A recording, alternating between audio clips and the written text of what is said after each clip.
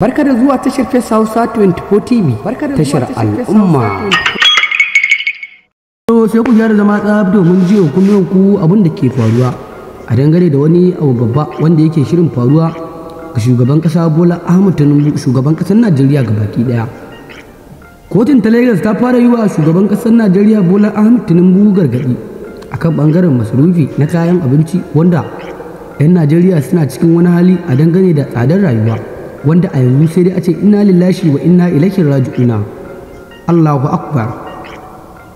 Babban lauya a cikin wannan kotu ta Lagos ya fito wannan gargadi ga gwamnatin shugaban kasa Muhammad Bola Ahmed Tinubu, wanda a yanzu an fara mai gargadi da tsokaci ganin cewa kayan masarufi yayi kasa, wanda wannan babbar kotu ta Lagos ta iba wa shugaban kasa Bola Ahmed Tinubu sati guda da cewa inda wannan abubuwan ba su riga sun yi settling ba, to da gaske kuwa ƙungiyar CNNP za ta binciki shugaban ƙasa Bola Ahmed Tinubu shin me ake da kuɗi, tunda a baya an cire subsidy na ƙasa wanda har yanzu ne ba a ƙara samun kayan masarufi wanda za a samu suna sauwaƙa ba, sai ku hauhawa suke yi.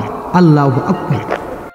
Aliko Dangote ya fito sun tattauna da shugaban ƙasa Bola Ahmed Tinubu a dangane da wannan hauhawar kaya da ake ta faman yi, kayan masarufi suna ta faman hauhawa a cikin faɗin Najeriya baki ɗaya, wanda za a ce a cikin faɗin duk Afirka Najeriya ita kaɗai ce zan take cikin wannan wani hali, wanda shugaban ƙasa Abdurrahman Chani wanda ya fito yewa shugaban ƙasa Bola Ahmed Tinubu gargaɗi, wanda a baya mun kawo muku wannan bidiyon da ya mai gargaɗi akan me kai ya shiga cikin wannan rigimar ta ƙungiyar ECOWAS wanda yake neman ya sa kansa a ciki, wanda a yanzu su kansu cikin ƙasar jamhuriyar Nijar ɗin sun fara murna akan abubuwan da suke faruwa a cikin faɗin Afirka, musamman ma a cikin wannan ƙasa tamu ta Najeriya baki ɗaya.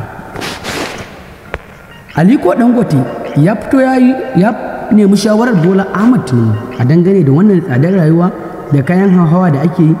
Ya ba shawara shin wannan shugaban ƙasa Abdurrahman Chani, shugaban ƙasar jamhuriyar Nijar, shi ma ya fito ya yi faffaɗu maganganu a dangane da al'amuran da ke faruwa a cikin faɗin Najeriya gabaki ɗaya, wanda shi dai a ƙasarsa ya samu wani abu wanda ya fito ƙasarsa kuɗaɗen da suke kashewa na kansu an daina kashe kuɗin Faransa. Wannan bayan haka kuwa an fara haƙo kayan mayamaye na man fetur dude a cikin ƙasar ta jamhuriyar Nijar. Ga kayan abinci nawa ake sai da buhun shinkafa a jamhuriyar jaka 48 ake sai da buhun shinkafa mai kwano 40. Allahu akbar.